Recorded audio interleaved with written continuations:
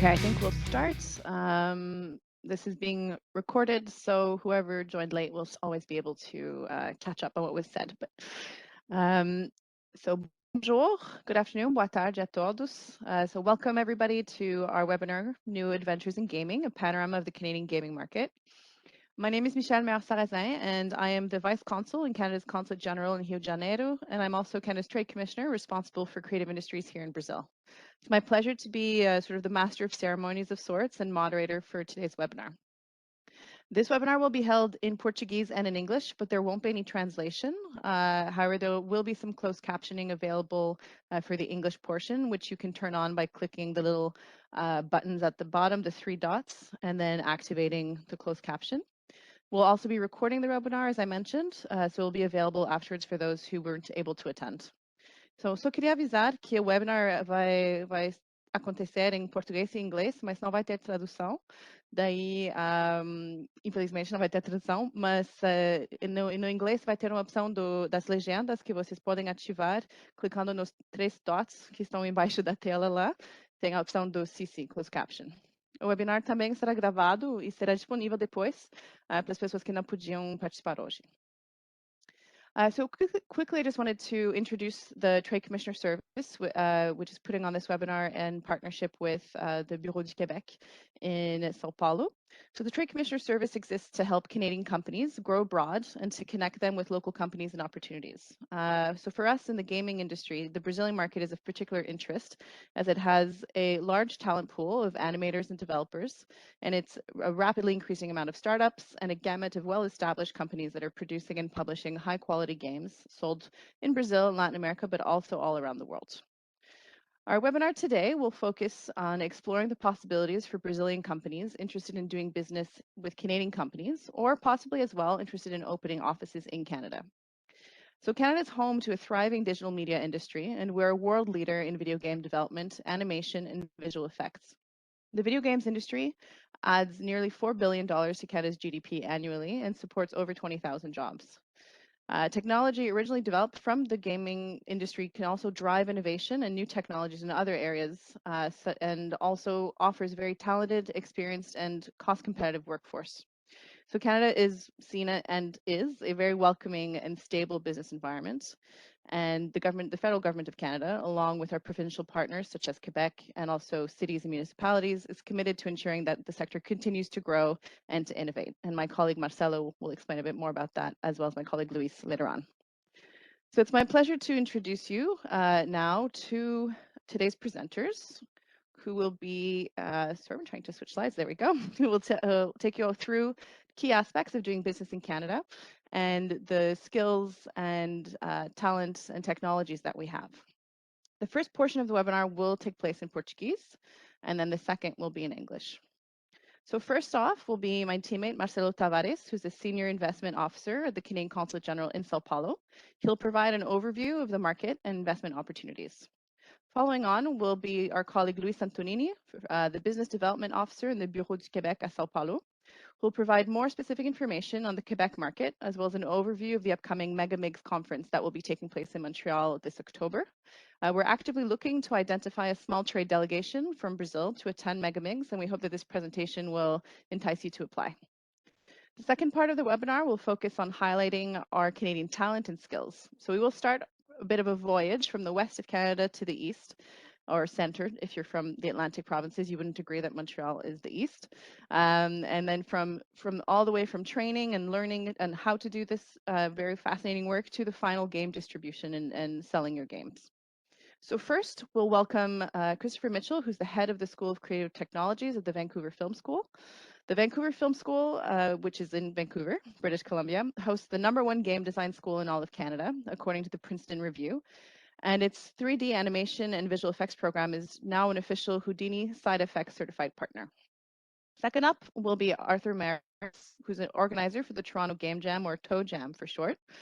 Unfortunately, Arthur won't be able to stay all the way through, but he did very kindly provide us with a video that we'll play. We're hoping that WebEx, which is not always the most friendly to videos, will allow that video to be played. If ever not, we'll also put the video in the link, in the chat after if you'd like to watch it. So the Toronto Game Jam is a free 3-day event that's held in Toronto, Ontario, that brings game makers together to collaborate towards the completion of a video game. It's very interesting indie game making. After that, we will hear from Daniel Cabrera, the Business Development Manager at Rocket Ride Games, which is a consulting agency based out of Montréal, Quebec, and has clients all around the world. And they help their partners navigate every stage of game development and distribution. And finally, we'll have the opportunity to hear from Felipe Souza, Country Manager for Canada with Gazeos Games. So Gazeos is a well-known Brazilian gaming company that recently opened an office in Montreal, and he'll speak to Gazeos' work, obviously, but also their experience with investing in Canada and landing in Canada. We hope to have enough time at the end to have a Q&A session, so please write any questions you might have in the chat, and I'll ask them to our presenters here today. Bien évidemment, je suis désolée que c'est principalement en anglais et en portugais, mais si vous avez des questions en français, n'hésitez pas, on va les poser, on va les traduire et traduire la réponse aussi.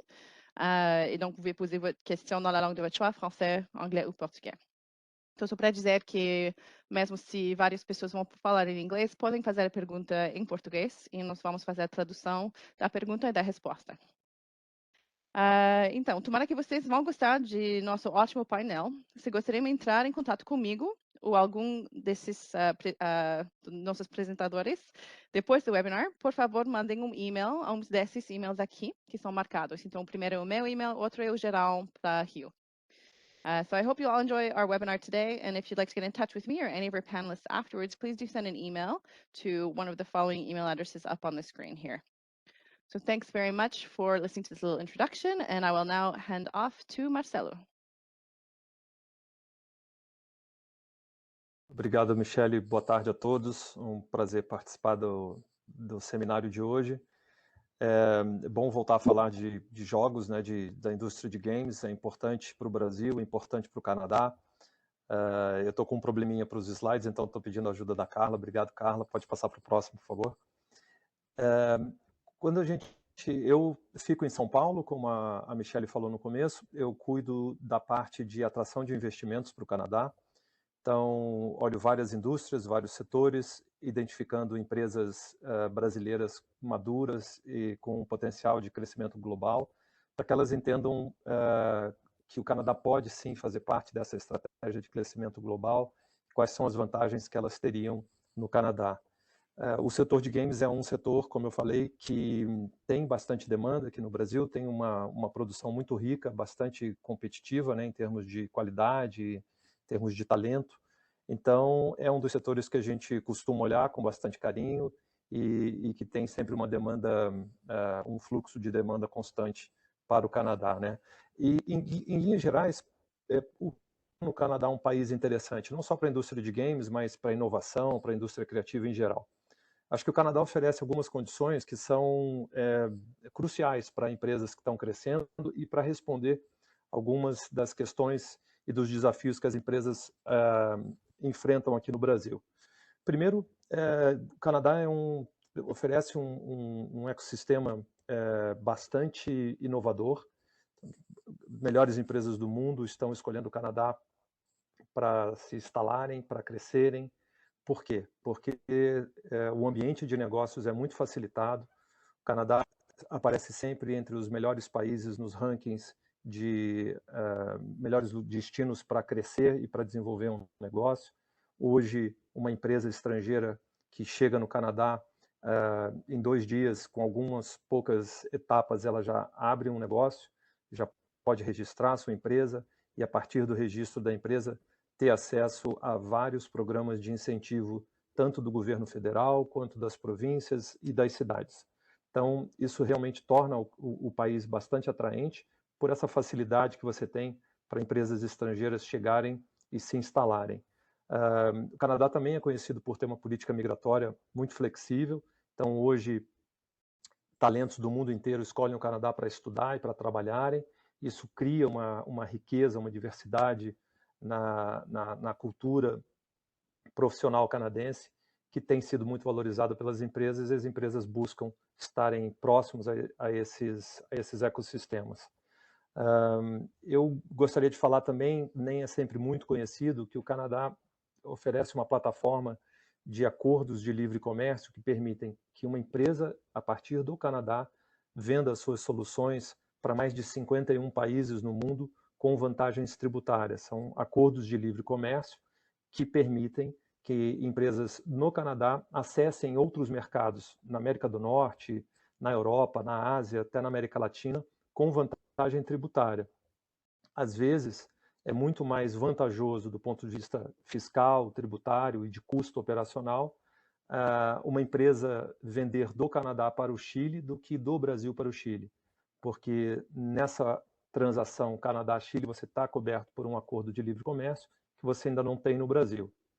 Então, esses acordos, né, que são os acordos de livre comércio, o Canadá é o país hoje que tem o maior número de acordos, são 14 acordos com 51 países e te dá uma possibilidade de crescimento, de expansão internacional muito grande. A outra questão é reconhecimento do empreendedorismo e do empreendedorismo internacional, a facilidade de atração dessas empresas, de talentos, de empreendedores qualificados para o Canadá, através dessa política migratória flexível e esse ambiente de negócios facilitado. O Canadá tem algumas características similares à brasileira, né? Um país continental, tem uma população multiétnica e todas essas questões são muito valorizadas. Então, uma empresa estrangeira que chega no Canadá, ela chega num ambiente onde outras empresas estrangeiras também participam. Existe uma competição, existe aquela mentalidade da América do Norte, de objetividade, de pragmatismo no negócio, mas também existe uma questão muito mais próxima de nós latinos, que é de desenvolver relações interpessoais, conhecer as empresas, não fazer como eu poderia dizer, não colocar barreiras por uma empresa ser uma empresa estrangeira. Na verdade, empresas estrangeiras têm no Canadá um solo rico para desenvolvimento. Próximo slide, Carla, por favor. Hoje, falando da indústria de games, né? O Canadá é uma referência mundial dessa indústria, né? Tem uma mão de obra altamente qualificada, são mais de 21 mil profissionais trabalhando nesse setor, empresas globais atuando no Canadá e com uma presença dentro do território canadense, desde as províncias do Atlântico até as províncias do Pacífico. É uma das maiores indústrias, né, de games do mundo. Eu falei no slide anterior sobre programas de incentivo. Existem programas de incentivo focados para a contratação de mão de obra que podem subsidiar até 50% do salário de um profissional. Então, uma empresa estrangeira que está crescendo a sua equipe encontra no Canadá uma facilidade de construir essa equipe com talentos mundiais, onde o governo oferece um programa de incentivo, de subsídio de até 50% do salário em alguns casos, né? São mais de 700 estúdios hoje instalados no Canadá, canadenses, americanos, brasileiros, empresas globais. E, em média, você tem também uma vantagem muito grande de custo operacional, em média 18% mais vantajoso do que outros países do G7 e até 30% mais vantajoso do que os Estados Unidos. O que a gente tem visto muito... O próximo slide, Carla, por favor. O que a gente tem visto muito é que empresas brasileiras ou empresas internacionais acabam escolhendo estar no Canadá para desenvolver suas soluções e venderem em outros mercados consumidores maiores, mercado americano, mercado europeu. Nesse slide vocês podem ver algumas das empresas que estão presentes hoje no Canadá. Esse mercado é um mercado que vem sendo construído há algumas décadas, né? Desde lá do princípio, né, quando a Electronic Arts abriu um estúdio em Vancouver, outras empresas estrangeiras começaram a olhar para o Canadá. Eu não vou entrar aqui em detalhes das províncias, os meus colegas que vão falar sobre as províncias vão explicar com mais detalhes os incentivos que cada província oferece, mas hoje realmente é um dos setores mais atraentes, onde você encontra muita diversidade de nacionalidade das empresas, nacionalidades dos profissionais e facilidade para você transitar, tanto construindo uma equipe quanto acessando programas para desenvolvimento das suas próprias soluções. Próximo.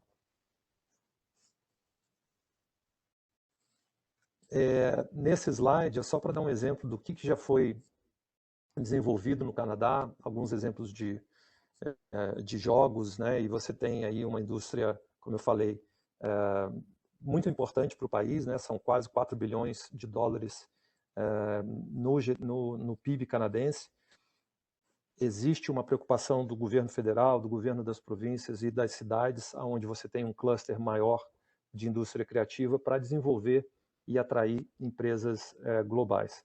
Então, você pode ver nesse slide algumas das principais soluções, dos principais produtos que foram desenvolvidos no Canadá, e aí você tem aplicações para todas as plataformas, né? O próximo, por favor.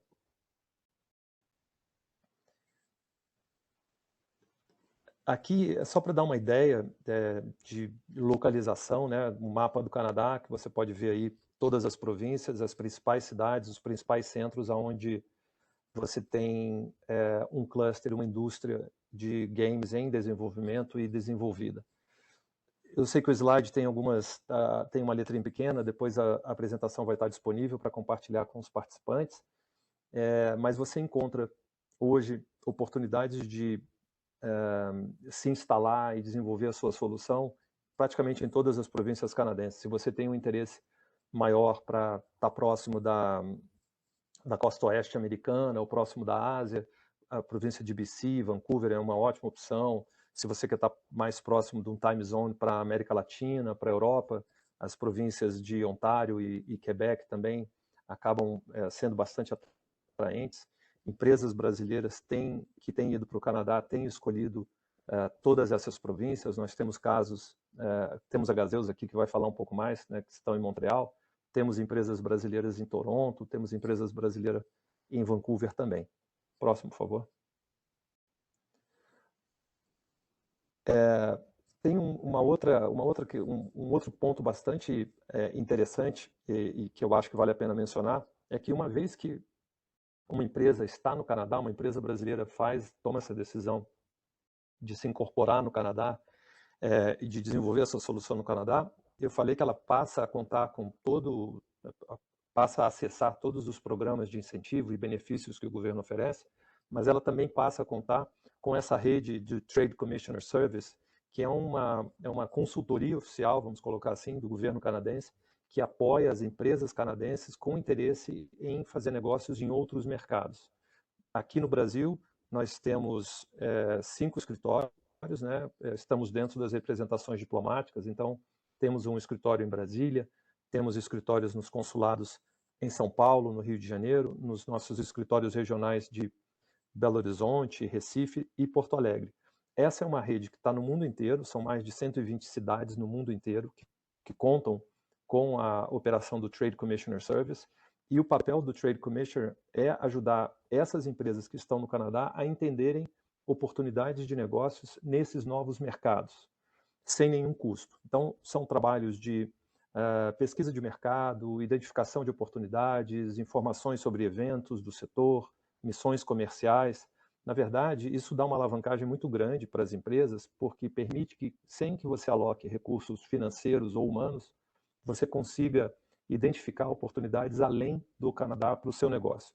Então, é um pacote de vantagens que o Canadá oferece, que hoje realmente colocam o país como um dos principais destinos para empresas que querem se expandir internacionalmente. E, claro, aqui hoje no Brasil, a gente tem a presença aqui em São Paulo do escritório de Quebec, meu colega Luiz vai falar agora em seguida, que é mais uma vantagem, que é mais uma porta de entrada para o Canadá, com uma equipe especializada para atender as empresas de todos os setores, games principalmente. Então, rapidamente, eu sei que tem várias apresentações, estou interessado em assistir as outras também, então, rapidamente, um resumo, um panorama rápido do que é o Canadá, para a indústria de games. Tenho os meus contatos no próximo slide. A apresentação está disponível para todos. Espero que a gente possa conversar mais e vai ser um prazer responder as perguntas de quem tiver pergunta, ou no e-mail, ou mais tarde. Obrigado novamente pela oportunidade. Passo aqui para o meu colega Luiz para falar um pouco de Quebec. Obrigado. Muito obrigada, Marcelo. Vamos passar para Luiz. Só deixar um momentinho para compartilhar a tela. Obrigada.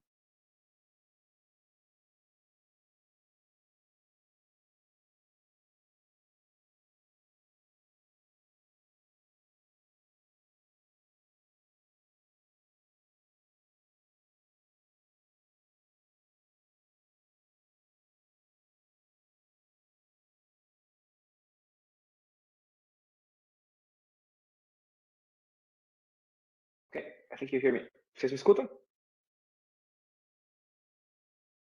Yes, we can hear you. Podem ouvir. Excelente. Obrigado. Perfeito. Tive um rápido problema técnico. Se não, perfeito. Obrigado, Marcelo, aí pela apresentação overall sobre o ecossistema de games no Canadá.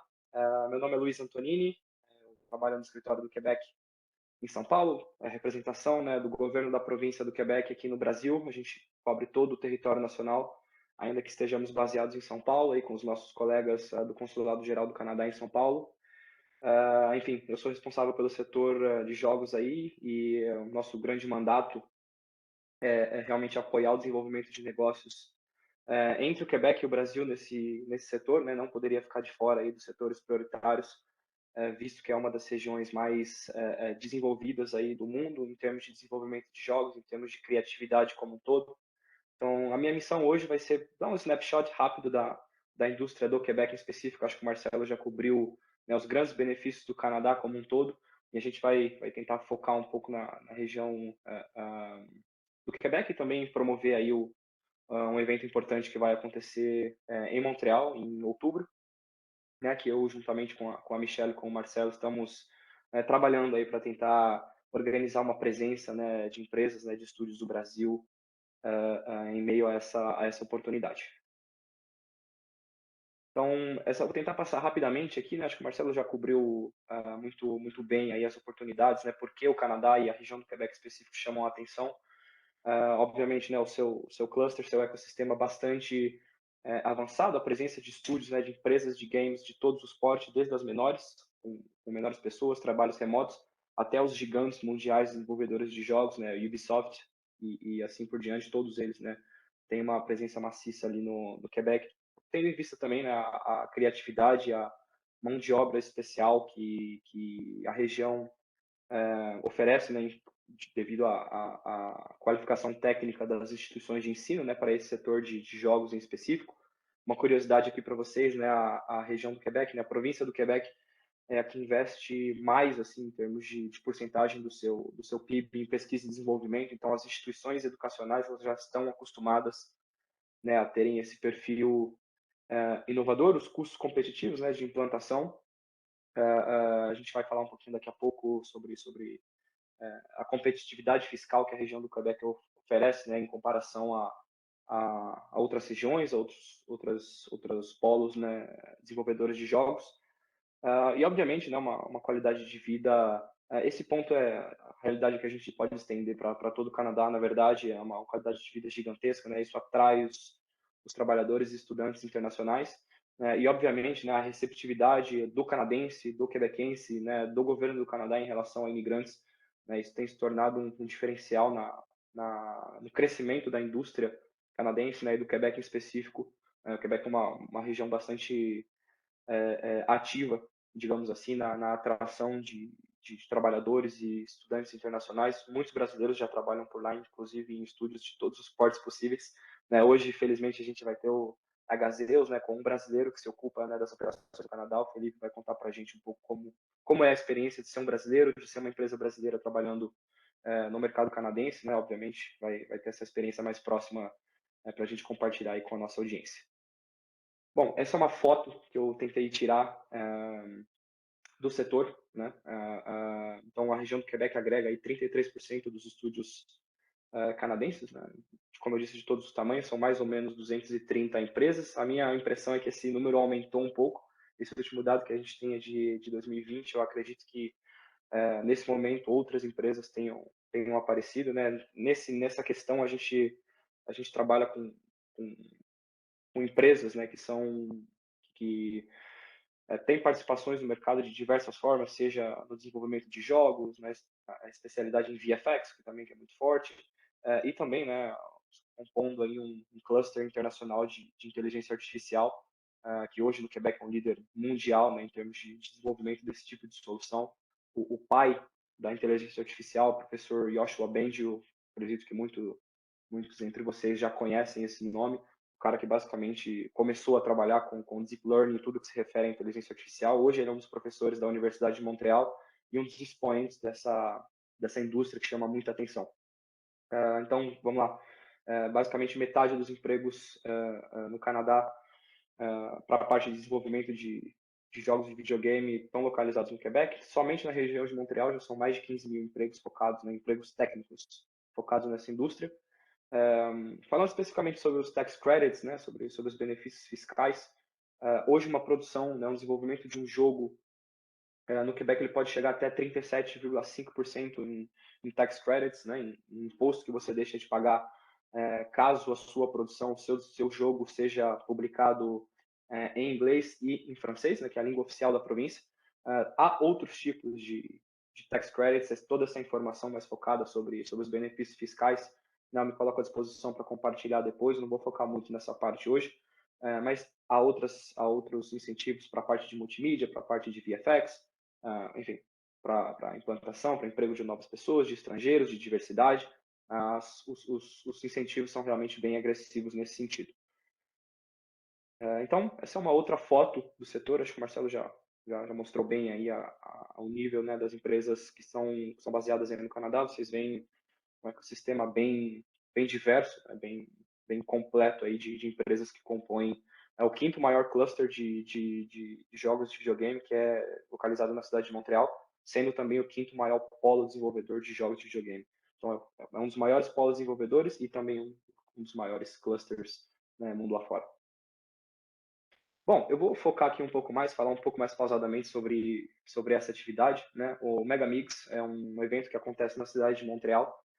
Felizmente, ele vai acontecer de forma presencial e híbrida, na verdade, né? A participação à distância também vai ser possível, mas estamos todos contentes que a gente vai poder novamente frequentar esse evento que é super legal, né? É uma ocasião de exposição da indústria, não só canadense, mas mundial, do setor de jogos, devido à proximidade da cidade de Montreal, da região do Quebec aos Estados Unidos, à Europa também, né? A proximidade cultural que o Quebec tem com a França, com outras regiões mundo afora, isso atrai, né, o ecossistema internacional para esse evento, se tornou realmente um evento mundial, né? Vai acontecer do dia 19 ao dia 22 de outubro, né? E como eu disse no começo da minha apresentação, a gente está joining forces aí, juntando esforços, eu, Marcelo, Michele, para termos aí uma delegação de empresas brasileiras que têm interesse de participação nesse evento. Então, é uma oportunidade de imersão na indústria local, né? Tudo com a coordenação do governo do Canadá e do governo do Quebec também. Então, a gente está buscando aí interessados, né, para a participação no evento, para conectarem com a indústria local, fazerem reuniões específicas, né, a bateria de negócios que o evento oferece, assim como quem participou do Big Festival na semana passada, o Megamix tem um approach, né, a parte de negócios é bem parecida. Também, né, o governo do Quebec planeja, né, como todos os anos, organizar uma pitch session com estúdios locais para que os participantes conheçam as produções, o desenvolvimento de jogos dos estúdios locais. E também, obviamente, né, visitas técnicas em alguns estúdios, alguns centros de desenvolvimento, de pesquisa e desenvolvimento focados em jogos. Instituições educacionais também podem, eventualmente, fazer parte do programa. Então, essa é a mensagem que eu gostaria de passar. Sobre o perfil, né, o perfil dos participantes que a gente busca aqui no Brasil, né, para organizar essa missão, para organizar essa delegação, são dois tipos de objetivo que a gente tem durante essa missão. O primeiro são empresas brasileiras, publishers, distribuidores ou eventuais parceiros, né, que têm interesse na prospecção de novos jogos, novos conteúdos e novas soluções, seja de tecnologia da informação em geral para o setor de jogos. Né, a gente está buscando essas empresas que têm esse interesse em prospecções de novas soluções, de novos conteúdos. Né? Aproveitando da exposição que o Megamix tem para a indústria canadense, a gente tem essa abertura aí para estúdios que têm interesse em prospectar novos jogos, novos conteúdos e novas soluções. E, obviamente, né, a parte de FDI para as empresas brasileiras, né, como o Marcelo disse, que já tem certa maturidade, já tem uma certa presença internacional em termos de exportação, em termos de investimento em outros países, né, que projetam aí o Canadá como mercado, enfim, de interesse para eventualmente uma expansão, né, o estabelecimento de uma presença mais robusta no internacional, no mercado norte-americano. A gente tem interesse também nesse tipo de empresa, né, nesse tipo de perfil, digamos assim. Então, basicamente, uma missão para investidores, uma missão para, digamos, compradores ou empresas prospectando novas soluções e novas empresas. Essa é a ideia para o Mega Mix, que é o principal evento de gaming no Canadá, mas como eu disse, é um evento internacional, por mais que ele esteja baseado ali em Montreal, ele tem acesso a toda a indústria norte-americana e diria também mundial. Enfim, essa era a minha contribuição. Queria só fazer um snapshot rápido da indústria, falar um pouco sobre o Megamix. Aqui estão as minhas coordenadas também. Se vocês tiverem perguntas, questionamentos, reclamações, sugestões, estou disponível aqui no chat. Eu também sou bem ativo aqui nas redes sociais. Então, por favor, se estiverem interessados, aí acabo de ver a Michelle mandando uma mensagem no chat. Interessados aí podem encaminhar um interesse para o e-mail que a Michelle deixou no chat. De qualquer maneira, continuo à disposição aí. Eu passo a bola novamente para Michelle. Merci beaucoup. Je vous souhaite une très belle journée. E aproveito também para remercier les participants du Québec. C'est vraiment un plaisir de compter sur votre participação. Então, muito obrigado a todos e continuo à disposição. Merci beaucoup, Luiz. Muito obrigado, Luiz. Só para avisar, então, nós vamos ter um formulário para preencher que vai nos ajudar a fazer a avaliação dos delegados que podem vir com nós. Claramente, vocês também podem participar das suas próprias contas também, mas vamos criar uma delegação que vai ter alguns benefícios, tá? Então, por favor, se tem interesse, só mandar um e-mail e a gente vai dar seguimento. Tá, então agora eu vou passar para fazer aquela viagem através do Canadá. So we will do now we'll move on to our presenters from Canada, do a bit of a little trek across Canada and look at a few places and technologies and skills that we have. So I'll pass on now to Christopher Mitchell from VFS, the Vancouver Film School. Chris, if you're having any issues, I have your presentation, so just let me know. Great, thank you. All right, everybody hear me okay? Yeah, I can hear you. Marvelous. Okay, so let's start a screen share here. I'll share this one. Great. Hopefully everybody sees my welcome screen here, and I'm just going to get started. So this is me. I'm Christopher Mitchell. I've been in the game industry basically forever at this point, although a long time ago I was supposed to be a lawyer, but luckily I was not a lawyer because I would have been a terrible lawyer. I was a much better game designer and developer. Along the years, I had a lot of success, I would say, making some games I'm really proud of. And about 10 years ago, I transitioned to education, working with Vancouver Film School, in fact, where I've had just a wonderful time working with now literally, I think, about 1,200 students. Now, just to sort of like give you a kind of a frame for Vancouver Film School, we have a lot of people coming to us, especially a lot of Brazilian devs, I would say, that typically have schooling before they come to VFS, and then they come to VFS because they want more experience, sort of making and finishing projects to a proper AAA standard to make their portfolios as good as possible here.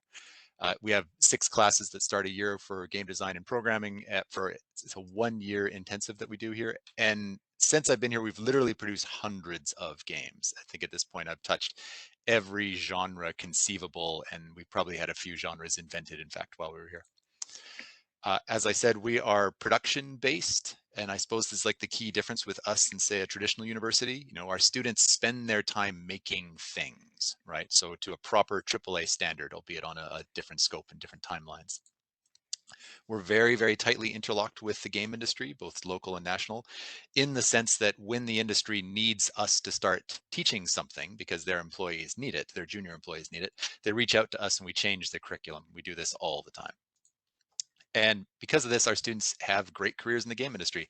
And really, like, please don't take my word for it. You know, I want you to go and look on LinkedIn and just do a search for VFS and then game companies that you like, and you'll find lots of our names there. So most of the instructors are people like myself, you know, game industry veterans that for whatever reason have decided to switch to education. But we sort of augment this with lots of industry visits from professionals. So for example, my old work colleague, Nels Anderson, he was lead designer of Firewatch and Mark of the Ninja. And Firewatch, if you've never played it, was a simply extraordinary game. Like, I recommend it to anybody who's interested in kind of where narrative is going in the general sense. Here's some other guests we've had over the years. Chris and Tyler, the founders of Red Hook Studios, and they make this sensational game, first Darkest Dungeon, then Darkest Dungeon 2. They gave a fantastic talk on sort of game production and whatnot recently, and you know, they've employed a number of my alumni over the years, which has been nice. And then my other old work colleague here, Dennis. Dennis was one of the founders of Wizards of the Coast, and he's one of the original artists on Magic the Gathering, you know, the most profitable, successful card game of all time. And then I worked with him at Radical on some video games, which was great. Probably like the most extraordinary career of anybody I've ever talked to. So he came by and just sort of met the students and reviewed projects. A really great experience for everybody. We also get sort of full corporate visits. So this is a corporate visit we had recently where Sony Santa Monica studio came by to specifically tell our students more or less how to apply to Sony Santa Monica. You know, here you can see their 3 art leads and their recruiter, and then my student Adam, who now works at Next Level Games, funnily enough. I wanted to briefly mention live operations because this is an example of one of those industry curriculum shifts we did, in that Kabam for Contest of Champions was hiring a lot of my alumni. But they were saying, Chris, we really like your students, but as soon as they get here, we have to teach them about live operations. So how about you teach them live operations instead? And then that'll make hiring them easier. So they actually gave us the curriculum for the course. And then, you know, we put it in term 3 of the program. And as far as I'm aware, we're the only school actually teaching live operations. This photo is sort of the best thing I get to do as an instructor. This is a studio visit I did a while back where I visited Kabam in town, so the makers of Contest of Champions. And this looks like, you know, a class outing or something, but these are my former students working at Kabam in some quite senior roles too. So here's the design director for the company. Here's the executive producer. You know, just definitely one of the coolest things I ever get to do. Here's the same sort of thing at Eastside Games, another Canadian game studio here. Same sort of thing. Their design director is a VFS grad. Here's one of my alumni here, and you can see he's actually working with me as an instructor now as well, part-time, which has been fantastic. Or here's me visiting Blackbird Interactive, you know, another AAA game studio in town. Same sort of thing. Like here's their technical director, and we've got their design director over here. And basically, because of all our success, yes, we've been named the #1 game design school in Canada, which is fantastic. Of course, I'm always happy about that. Now, obviously, at the school, we teach, you know, a variety of soft skills that are useful for game developers and designers, but we go quite hard into intensive technical training here. So we teach a lot of Unreal Engine, for example, and then Unreal, of course, being the engine that underpins things like the Gears of War franchise or Rocket League or Fortnite or whatnot. I actually have alumni working on all of these games now, which is, you know, of course, very, very cool. We teach a lot of Unity, of course, Unity being essentially the most popular game engine on the planet right now, you know, a C# based game engine that's most synonymous with sort of indie development, but of course is used by AAA studios as well. You know, so Blizzard, for example, makes use of Unity for the Hearthstone game. We do lots of art production, of course, to the proper game industry standard. And for us, art production basically means a tiny bit of Photoshop and then into Maya, Substance Painter, Substance Designer, and ZBrush, you know, making sure we're getting everything to exactly the proper AAA standard that people need to actually break into the industry. One of our key differences are basically our final projects. So the final projects are what would get called, I'd say perhaps a keystone project at another school here. And these are meant to be sort of short, fully playable, retail competitive experiences that our students make. So they spend about 1/3 of their time on these projects. And they get them to, as far as I'm concerned, just an extraordinary standard. They're also like all a little bit, let's say, unusual, a little bit strange. And that's very much on purpose because I want to make sure that people's you know, people's portfolios are remembered, of course, right? Like students have to stand out if they're trying to break into the industry. They can't just be in the bucket with other highly similar students. So for example, this game, The Cluckening, which is made by some of our students, it was the Unity Best Student Project of the Year. And in fact, we have more nominations and more wins than any other school on the planet, I'm happy to say here. The Cluckening is a properly insane game, which is exactly why I liked it. It's sort of a stealth game, sort of an RPG, but it's also kind of like a Hulk monster game with just a beautiful art style to it. You know, just a tremendous game. I really, really love it. Just for sake of time, I won't play the whole video here, but like I want to sort of show the quality of the game off a bit here. Really, the goal is to make sure that students can get to proper AAA level skills in the things that they make. And this is why they do so well and why we manage to win the awards that we win. Here's a very different game that the students made. This one was the Unity 2020 winner for Best Student Project of the Year. We've won that award 3 times now, I'm happy to say. And this is a multiplayer game, also made in Unity, but using Houdini, and then Houdini being this very cool procedural art generation tool that they use for making the buildings and whatnot here, alongside some very cool networking tech, some very cool audio tech. Just a truly great experience.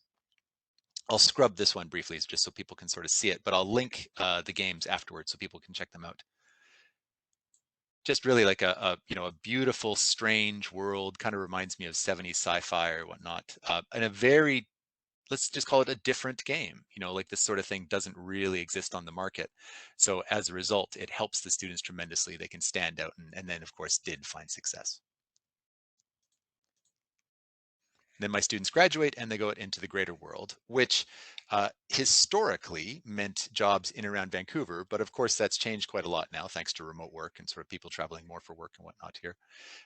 There's, the sort of, let's call them the usual suspects of big companies that hoover up our students. But it's a lot more than that. And if you start looking at local video game companies by the numbers, you'll really see just the levels of student success we've had. We're about 50% international, in fact, I should probably point out too, right? And then the international students, of course, come because they are trying to break into these studios. So locally, of course, we've got Electronic Arts, as was mentioned before, Electronic Arts being the, let's call them the 500-pound gorilla of the local video game industry. They employ about 2,000 people at the local Burnaby studio.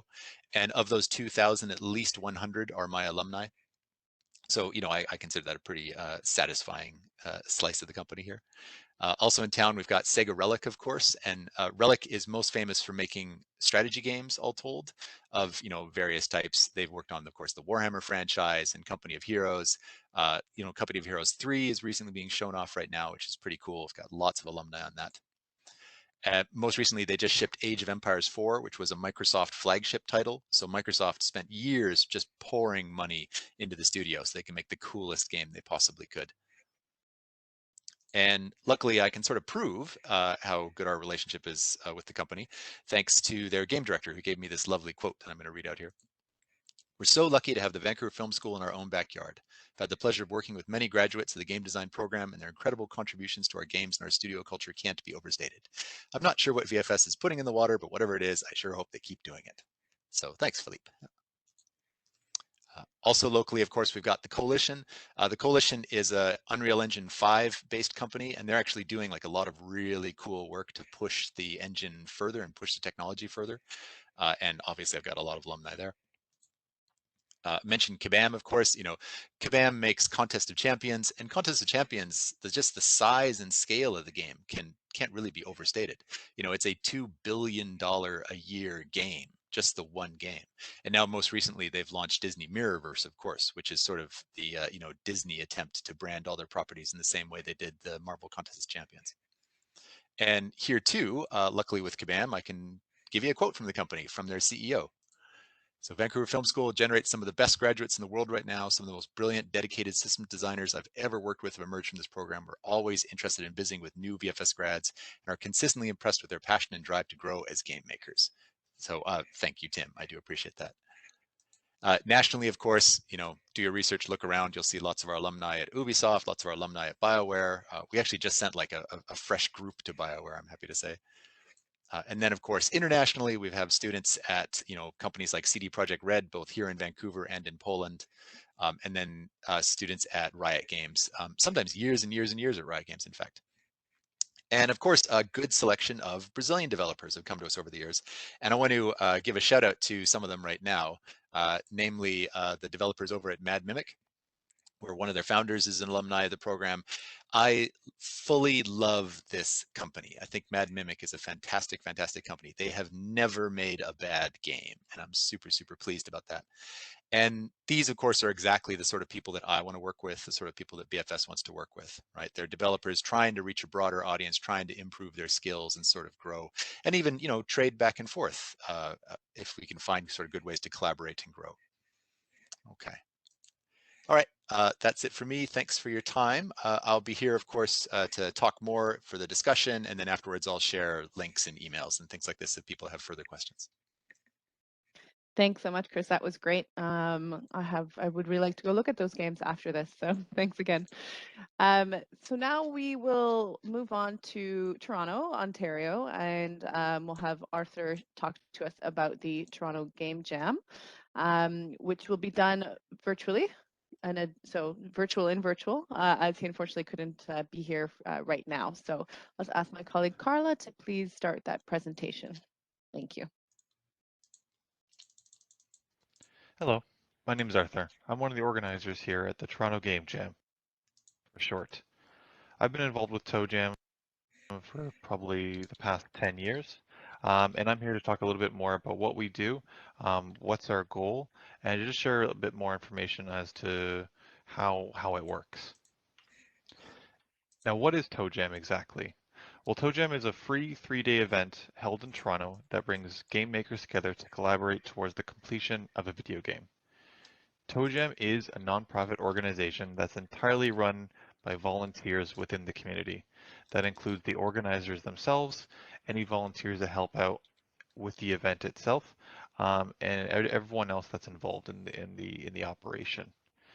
Now, with Toe Jam being a 3-day event, it begins Friday morning and ends on Sunday evening, with meals provided throughout the whole weekend, and an open house at the end of the event to showcase the games to the public. Now, Toe Jam is open to anyone that's interested in making video games or video game development.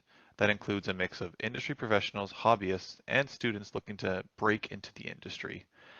As anecdotally, that's what I was when I first became aware of Toe Jam. I was a student.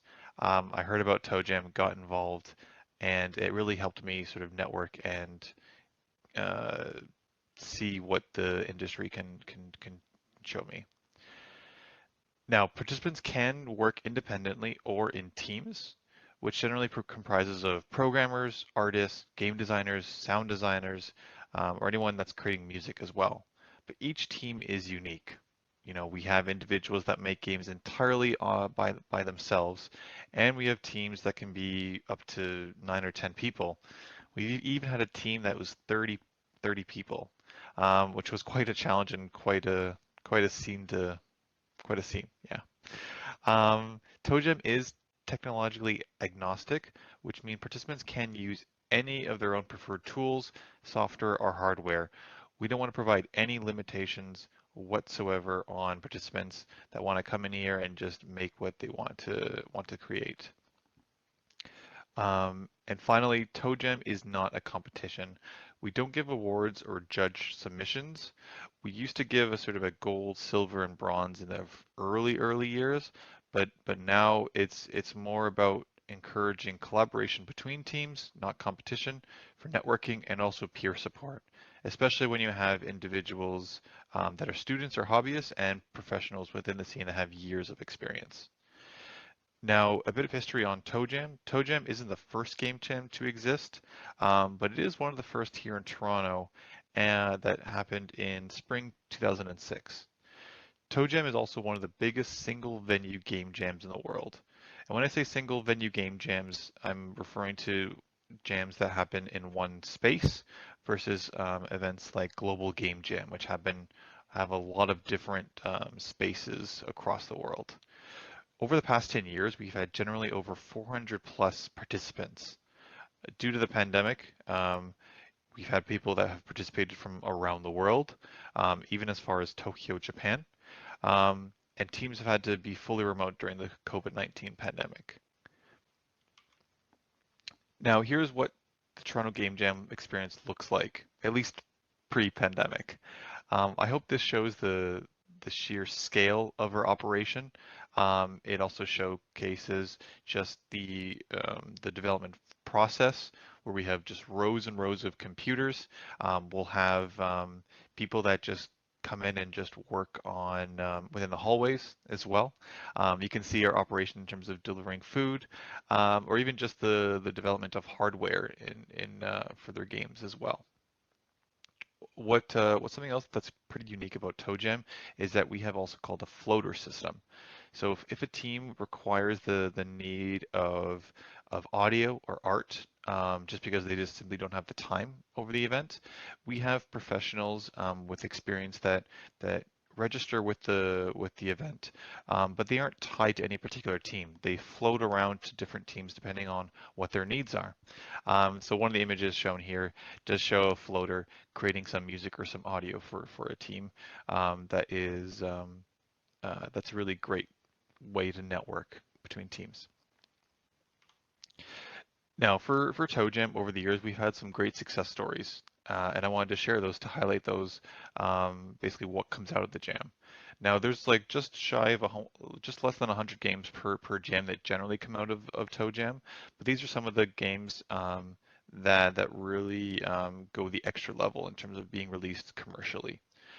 So you have games like Super Time Force from Capybara Games, Mount Your Friends by Stegosaurus Games, Quench by Axon Interactive, and Toto Temple Deluxe by Juicy Beast. All of these games started in ToeJam over the past 10 years. They've later been released on Steam and other consoles, and they've seen some critical acclaim, whether that's being selected at different gaming events.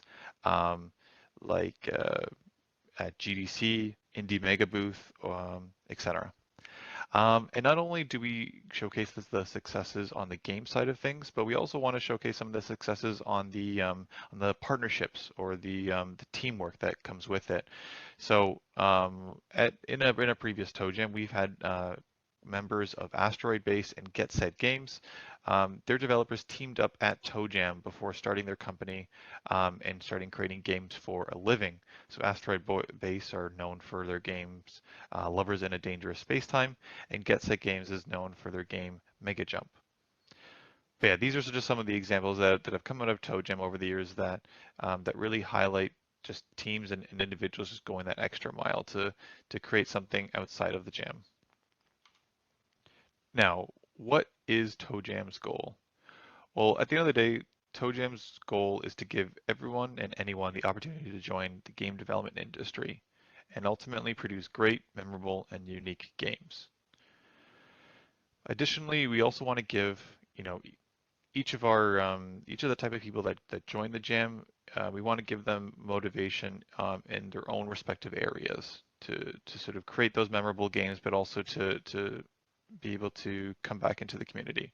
So for professionals, we want to give them the ability to improve their skills in an open environment or to experiment with tools that they can later bring back to their employers. That can range from smaller independent studios or AAA game studios. I think the goal is to have professionals also meet others within the industry to kind of grow and expand their network. And it can also be just a release outside of their day-to-day job where they might just be, working on one area of game development, or they might want to experiment with something before really bringing it up to the rest of their team. Now, when it comes to the ToeJam games, some people just want to create something that is completely new or just their own. And I also want to mention that the ToeJam games that come out of the event are completely owned by the individuals or the teams 100%. ToeJam has no rights over the games, and instead we encourage the participants to continue working on their games and release them to the public for commercial success. And we will do that to help anyone that sort of comes through the event. Now for students, we want them to gain real-world experience developing games outside of the classroom and also seek support and guidance from professionals around them. It's a really great opportunity to not just, it's great to be sort of learning from online or from teachers or in the classroom, which is fantastic. But we also want to provide that real world experience where they can, see a professional that's working next to them, ask them some questions on how they would solve a problem to be able to become better at their skills. Now, students can also showcase their efforts and skills to others, and we often have recruiters or other leaders from the games industry join the open house at the end of the event. And also Game Jam experience can help with resumes too, in terms of showing those various projects that they've worked on. Now, finally, we want to open the door for anyone that wants to get involved with video game development. And what that means is that's encouraging diversity and inclusion. Now, how does ToeJam fit within the gaming ecosystem? So the way that I look at ToeJam is that, at the end of the day, it is a grassroots activity that motivates creators and enables innovation. It's also a cycle where the community is what keeps us going, and we do our best to give back to that community. So what that means is that, the students that attend today's ToeJam, they will become the professionals in future jams and also industry leaders within the community. Games have become a lot easier to make over the years, which means anyone can get involved from various perspectives. And this sort of helps, create more innovation or just more unique experiences. And finally, we want games can be developed into marketable products, and also partnerships and collaborations can create companies and job growth at the end of the day. But yeah, that's a short presentation on ToeJam and the Toronto Game Jam. If you have any questions or interested in learning more about the jam, feel free to email me at arthur@toejam.ca. Really hope that you enjoyed this presentation, and I hope to be hearing from you.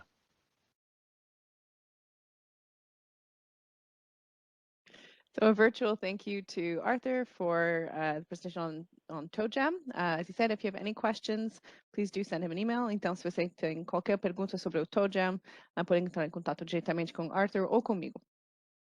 So now that we've gone through sort of the learning aspects, the developing of skills aspects, and different opportunities in Canada to do that, I'll pass on now to Daniel Cabrera with Rocket Ride Games. He'll be able to speak about the work that they do to support studios in really reaching their potential. Thanks very much. Okay, hi everybody, nice to meet you all. I'm Daniel from Rocket Ride Games. It's a pleasure to be here. I'm the head of South America right now for Rocket Ride. Let me just put a full screen here so we can start the presentation. Okay, so I'll just give you a little bit of information on who we are at Rocket Ride Games. Second. There you go. So who is Rocket Ride Games? We're a consulting agency for the video game industry. What we do, in a fast way to say, is we help studios make better games, better pitches, find business opportunities, find investment, and we have a wide range of studios which we work with. We work with studios that are just starting, that have zero to no experience, but are really talented. And we have studios with over 60, 70 employees that they know what they're doing already. And we just help them around to find more business and locate and grow as a company. So what do? We do provide business development. We help all the studios go to the shows, make connections, get known to publishers. We also do creative product. That means we're helping studios create their ideas from the beginning. We help them figure out what's the best strategy for the game, what's the best objective they can do. We help them find the creative pillars, a USP. So we coach them in all of this area. We also jump in production when studios need it. For example, studios with zero experience that are creating games for a publisher right now. We have part of our team jumping in, overseeing all the production. We don't do the production for them, but we help them learn. And part of what we do in production is help studios avoid making the mistakes that we all have done when we've worked on the industry, mostly when these companies are starting. And we jump to publishing and marketing. We do help them market their games. We find a publisher, we coach them, and getting the best deal possible in this area.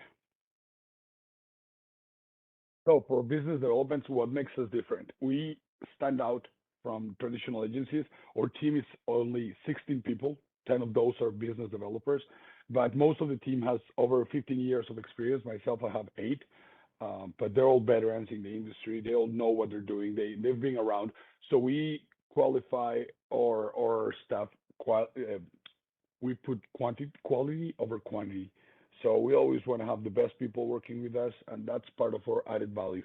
That we jump with them on production. We help them figure out if the budget they're trying to figure out it's okay. Just to give a little example, we had a company from Colombia that when they pitched us their game, they were asking for $300K. We worked with them, and at the end we realized that they needed way more, and they got a $1.7 million deal. So in business development, we have over 65 partners around the world. We've signed more than 55 games, and we have generated $92 million for our partners so far.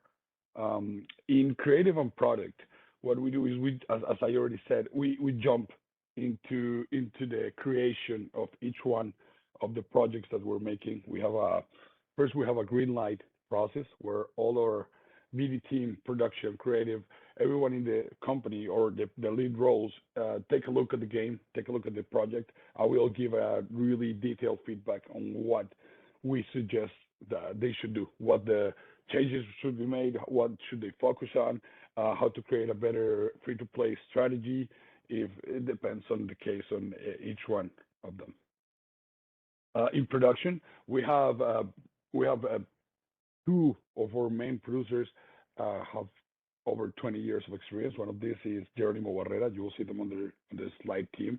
He was VP of production in Rockstar Games for over 22 years. He worked on Grand Theft Auto, Red Dead Redemption, and he's one of the guys jumping in, making sure that production is being done correctly, that our younger studios are not making the rookie mistakes that many of them do make.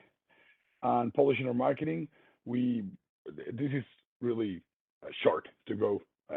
This is a slide that would take too long. We just help studios market their games. Since they're creating their ideas, since they're creating their game, they're designing their games, we want them to be able to have their marketing in mind. So we do work with them. So every decision that's made has also makes sense with the marketing strategy. So this is our team, our chief or CEO. It's Louis René Auclair. He's from Montreal, has over 20 years of experience in the video game industry. He was the CEO of Hybridon Games a while back before starting at Rocket Ride. There's the COO, Julian, and Casey. So these are the heads of the company, the ones that have this train going forward all the time. For business development, we have Stephen Dunn, Steve Wall, Joel Nelson, or Murat Kassir. He's in Europe. He's a European lead. Myself, Daniel Cabrera. I am in Colombia. I'm based in Bogota, and we have Graham Ward. Part of the creative team, as I mentioned, is Geronimo Barrera. It's David Gosling, Arnaud. We have production and publishing Pete Andrew, Genna Park, and Christopher Lee. The previous experience we've had from our team is Red Dead Redemption, Splinter Cell, Eternal Crusade, Far Cry, a lot of games that everybody loves and knows a lot about, just such as Grand Theft Auto 5. I'll just go past this. These are key partners, the companies we've worked with, part of the 65 clients that we already got. The projects we're currently working on. We have a good deal with Netflix Games. We're searching for them new titles. One of these titles is La Casa de Papel that you can find on the bottom left. This is developed by one of our Colombian studios. I'll tell you a little bit more when we go to the emerging markets slide. So for Rocket Ride Games, emerging markets are really, really important, and we paid a lot of attention to it. We started with their case study in Colombia. That's why I joined the company. And in over 3.5 years, we've generated $90 million for the industry.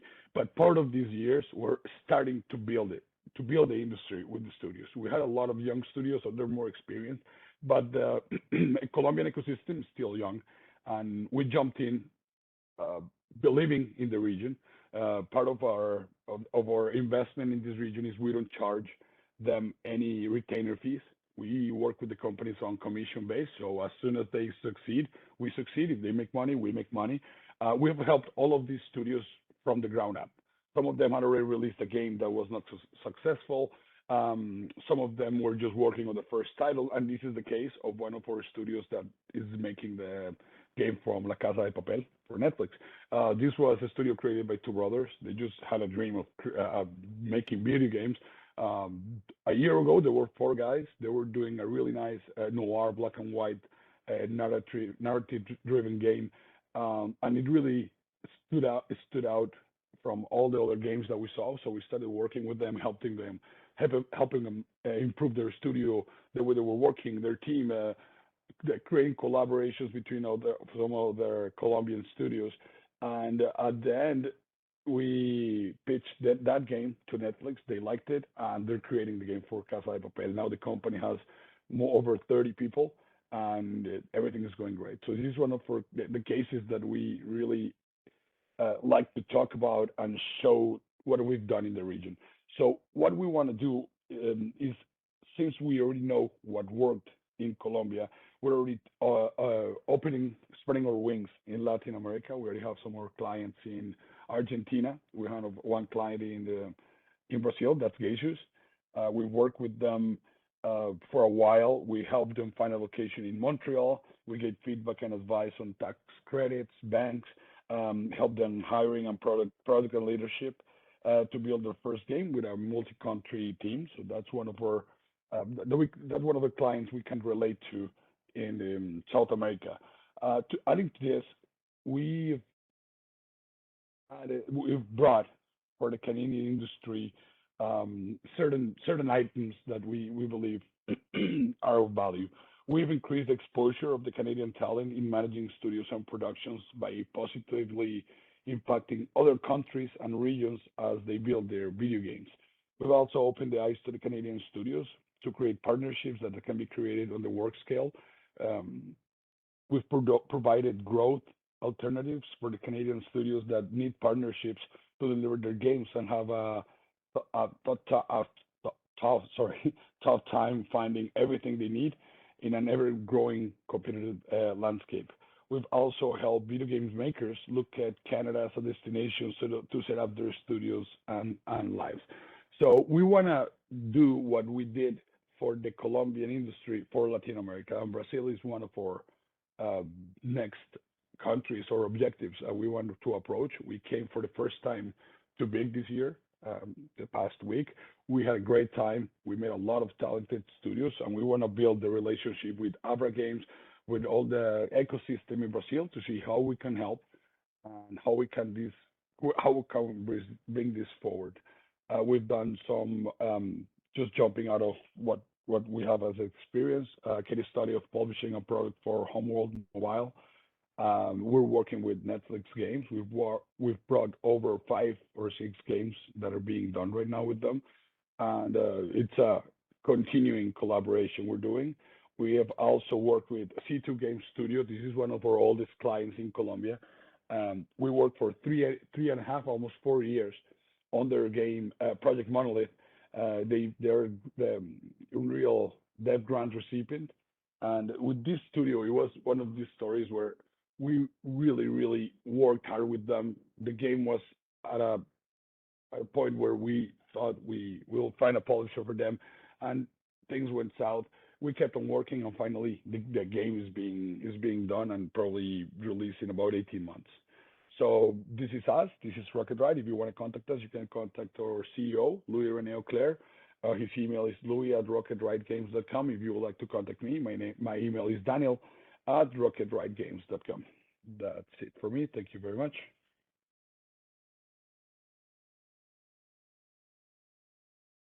Muchísimas gracias, Daniel.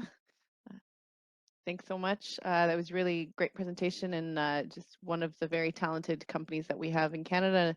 And I think having Rocket Ride at Big last week was really great to see you there and to make those connections. So thanks so much for that. And last but definitely not least, I will pass the mic to Felipe Souza from Gazeus Games, who will talk about their work and their experience setting shop in Canada. Felipe. Hello, everyone. First of all, it's a pleasure to be here. My name is Felipe. I'm actually the country manager for Gazeus Canada. And also just saying hello to Daniel, representing one of our great partners here in Canada. I'll get to the part where Rocket Ride helped us establishing here more to the end of my presentation. So first of all, I'll just pass through a quick presentation about Gazeus, about what we do. And then I'll try to go over this at most in 5 minutes. And then after that, we can talk about how the experience of landing in Canada happened, and every hindrances and every help that we got, how everything unfolded. So I'm just gonna beg your pardon for presenting a not so up-to-date presentation. This pretty much is a presentation for GDC 2018, because this was the last main big event that we were present before the pandemic, and we are very excited for returning to these routines. But here we go. So Gaseous is a game development studio that nowadays has over 16 years of activity. We started as a very small company that developed web games, mostly in Flash, for some classic card games very popular in Brazil, such as Buraco, Solitaire, and we even have our own poker game. And throughout the years, our brand became very known, not as Gaseous, but as our specific brand for those classic games, which is Jogatina. And after over a decade of activity, we decided to open a publishing branch called Lila Games, and we have our own poker game that gains his own space within the company. So he gained his own brand outside of Jogatina. But pretty much that's it. We operate from around 16 years now. We're one of the largest game development studios in Brazil. But what we do is really we develop classic games, not the usual AAA games that are most famous around the world. We go small, and our, how can I say, our target public isn't the same as the usual big studios around there. So pretty much, we have a whole variety of classic card games amongst our repertoire, and a few others where we try to get out of our comfort zone. But you can see that our main portfolio resides on those kinds of games. Not only card games, but we also have dominoes games and mahjong games, and most recently Yahtzee game that we developed alongside Rocket Ride. So we work on both big mobile stores, and as well we develop for the Facebook games called instant games. Right, we were actually one of their first partners in this initiative. We were invited to test their infrastructure, and we did very well. Our dominoes game was one of the most played games in their platform, and even nowadays it still generates a lot of new users over there. It's very it's played by a lot of people around the world. Well, about our numbers, well, those numbers are a little outdated. I can assure you they are a lot higher nowadays.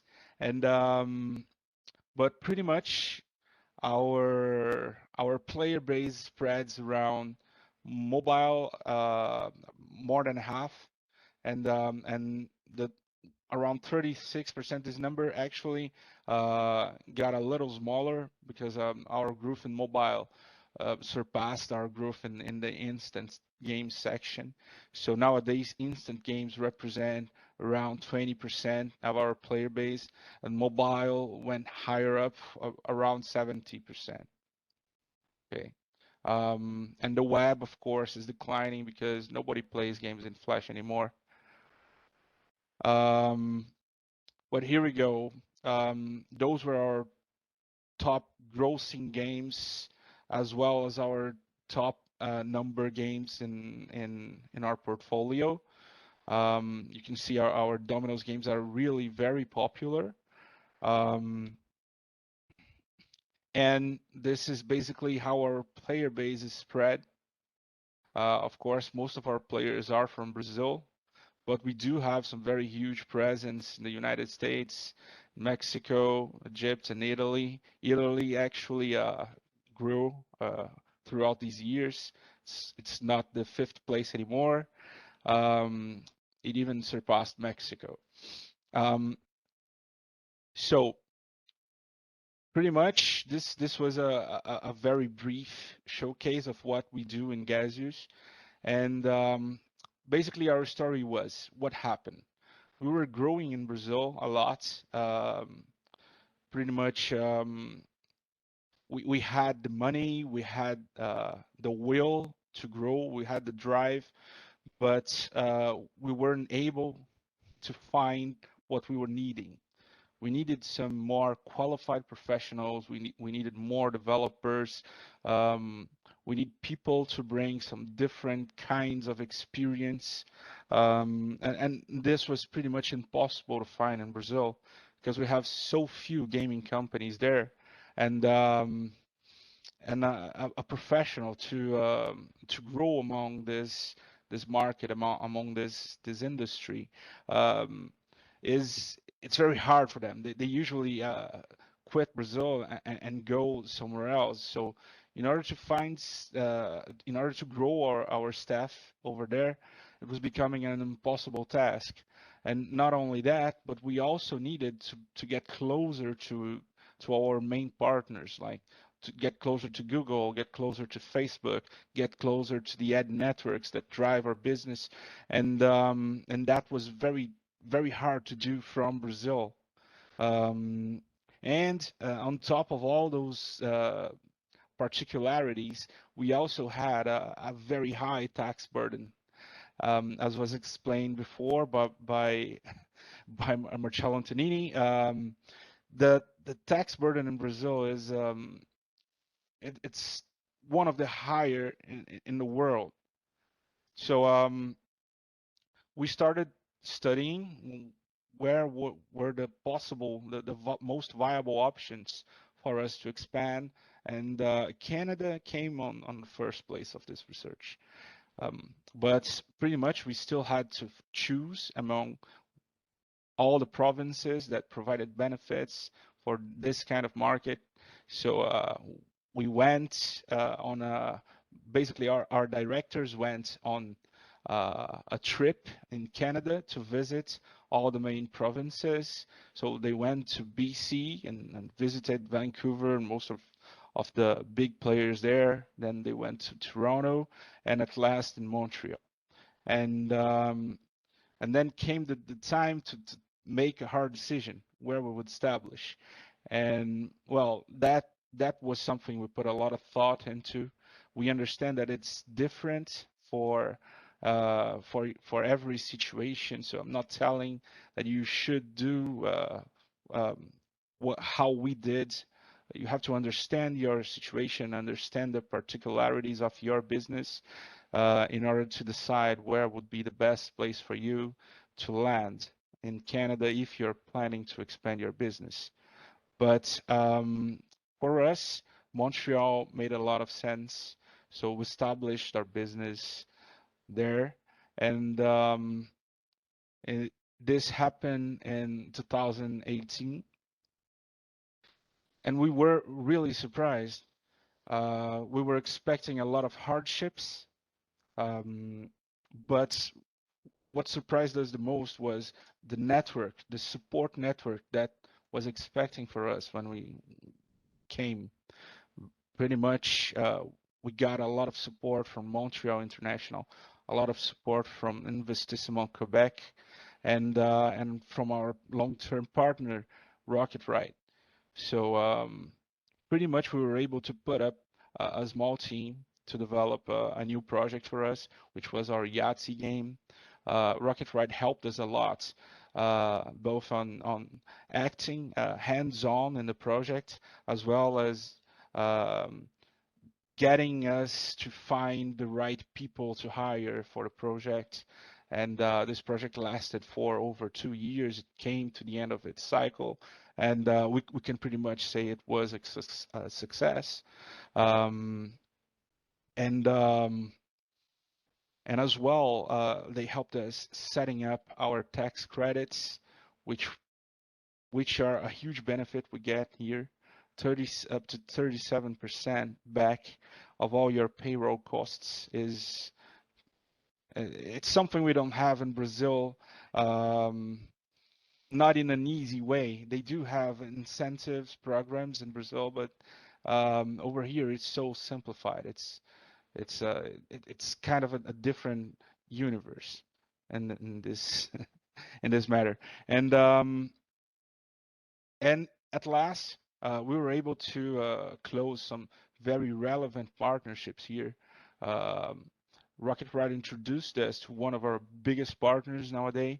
We developed a game for them, and this deal represents a step, a big step in our growth plan. So we're very grateful, not only to Rocket Ride, but to all of those entities that helped us on this endeavor. And now I can say that it wasn't only Montreal that was supporting to us. For an instance, nowadays we have 2 leadership positions in gaseous that are from people in Toronto. Because of the remote work after the pandemic, this expanded our horizons, and pretty much we have employees on those 3 provinces that we visited before. We have a designer in Vancouver. We have 2 directors in Toronto, and we're trying to grow our team in Montreal in order to start having again a physical office, which was something we had before the pandemic. Unfortunately, we had to close it and start our remote work operations. But that's something we're definitely trying to get back on. So this is a very short, brief history of our landing. So feel free to ask me any questions, everyone. And again, thanks so much for allowing me to participate on this webinar. We're happy to help and share our knowledge with whatever studios or professionals that are trying to come to Montreal from Brazil or come to Canada from Brazil. So. Muito obrigada, Felipe. Thanks so much, Felipe. That was really interesting to hear about Gaseous's experience in Canada and how you settled in. I'm just going to go to the chat. I haven't seen any questions actually come up. We'll just see if there's anybody who would like to ask a question. We're asking you to send them in the chat, and then we can ask our presenters. But there was one message from Gilson Schwartz speaking about an event happening on the 20th of July, which will be with the Games for Change Latin America chapter in the Bureau du Québec in Sao Paulo. A lecture on challenges of the metaverse for children and teenagers in game design, so by Maud Bonenfant. So if there's something that you're interested in, please, you feel free to get in touch with myself or with Luis Antonini from Le Bureau du Québec. We do have a few more minutes if there's any questions. Otherwise, of course, feel free to reach out to us directly. I will just put my little presentation back on so you can have our contact information. Just a second, because I have a few presentations open. But in the meantime, as I'm trying to do that, I just did want to thank our presenters once again for your time, your attention, all the work you put in for this presentation today. It was really great to have you with us. I think there's a lot, as we're showcasing, a lot of experience in Canada and a lot of interest to work with the Brazilian market. So I hope that we'll be able to do that together. So just seeing a question there asking how we can get a list of the main studios in Ontario. If you'd like to send me a message, I can help you with that. That's definitely something part of the work that we do. So if we actually created for GDC a Canadian gaming capabilities catalog. There we go. That's what I'm looking for, and I'd be happy to share that. Just trying to get the chat back up to see if there's any more questions. Excuse me, I'm not finding this a little bit challenging. Great. Okay, so here, is there a good place for Brazilians and Canadians to network online? I'm just wondering if there's any of our presenters who might want to touch on that. I mean, other than, you know, working with us, this is our job, either myself or Luis, putting you in touch with companies and then being able to move forward on that. Maybe Gazius would like to speak to that, or somebody else of their experiences with networking with Canadian companies.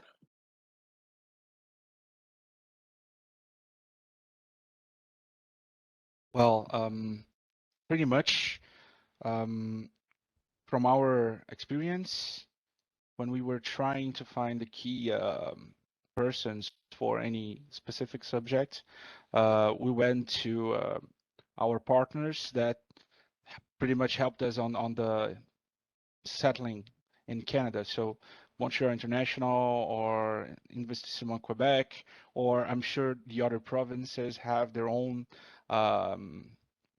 organs that represent these kinds of interest, that is bringing people from abroad to their provinces or helping close business deals.